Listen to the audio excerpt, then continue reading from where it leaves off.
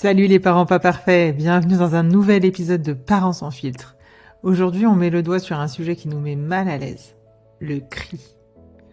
Oui, on va parler un peu des enfants. Impossible de faire vraiment sans eux. Bon, qui n'a jamais crié sur son enfant? Dans le tumulte de la routine, le stress du soir ou l'épuisement, le cri est souvent le premier réflexe, le signal que nous sommes dépassés. On le regrette instantanément. On se sent coupable. Or, le cri ne sert à rien, on le sait. Plus on crie, moins l'enfant comprend. Crier, c'est un signe que nous avons besoin de gérer notre propre frustration. Cet épisode est une boîte à outils pratique. Nous allons identifier 3 phrases toxiques que l'on dit sans y penser et apprendre à les remplacer pour désamorcer le conflit avant qu'il atteigne le niveau d'hurlement. Pourquoi nos cris et nos phrases négatives ne fonctionnent-ils pas? D'après des études, il y a 2 facteurs. Le premier, la négation ignorée. Le cerveau des enfants, surtout des plus petits, a du mal avec la négation. Quand on dit « ne cours pas », l'enfant entend principalement le verbe « cours » et son cerveau représente l'action de courir. C'est pourquoi il continue. Le second, l'impact sur le développement. Crier, c'est stresser. Le stress constant peut altérer le développement du cerveau de l'enfant et perturber la dynamique familiale. L'objectif n'est pas d'être parfait, mais de tendre à une communication plus constructive.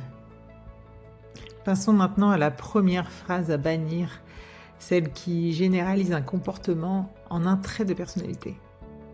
Tu es méchant, ou tu es égoïste, ou encore tu ne m'écoutes jamais. Le problème, c'est que ces phrases associent le comportement temporaire de l'enfant à son identité profonde.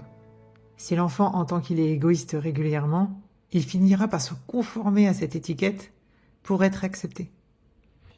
Le jamais et le toujours sont des généralisations qui enveniment la situation.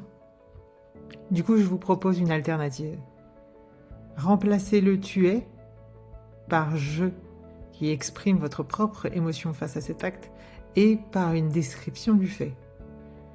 Exemple, j'en ai assez de te répéter d'aller au bain, ou je n'apprécie pas quand tu tapes.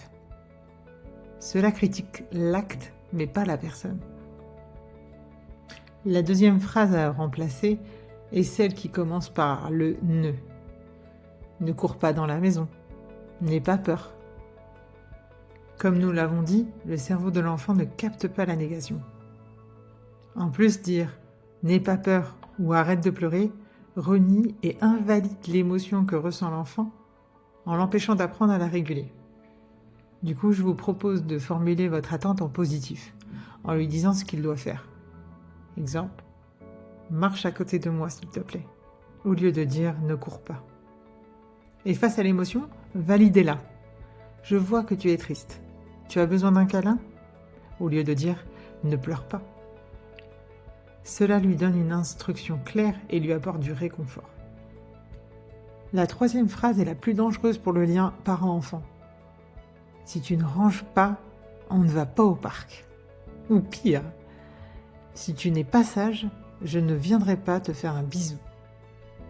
Le chantage menace la sécurité émotionnelle de l'enfant, qui doit lui se sentir aimé de façon inconditionnelle pour grandir sainement. Les menaces d'abandon ou de retrait d'affection sont des violences émotionnelles pour lui. Je vous propose ceci.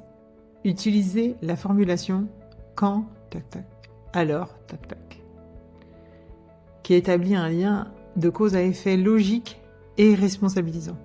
Exemple, nous irons au parc quand ta chambre sera rangée. La conséquence est liée à l'action et non à une punition arbitraire ou à de l'amour. Enfin, n'oubliez pas que vous êtes responsable de vos réactions. Si vous sentez le sang monter, dites « stop » et respirez. Assurez-vous que l'enfant est en sécurité, puis changez de pièce, isolez-vous 30 secondes. Respirez lentement et profondément. Vous pouvez dire à l'enfant « je suis trop stressé, j'ai besoin de me calmer ». Cela modélise la bonne gestion des émotions. Et si vos cris vous échappent, reconnaissez votre erreur. Allez vous excuser auprès de votre enfant et rétablissez le lien. Cela lui apprend que tout le monde peut faire des erreurs et que l'important est de demander pardon. N'oubliez pas que être parent, c'est avant tout un chemin d'apprentissage. Donc s'il vous plaît, soyez indulgent avec vous-même. Le changement se fait petit à petit.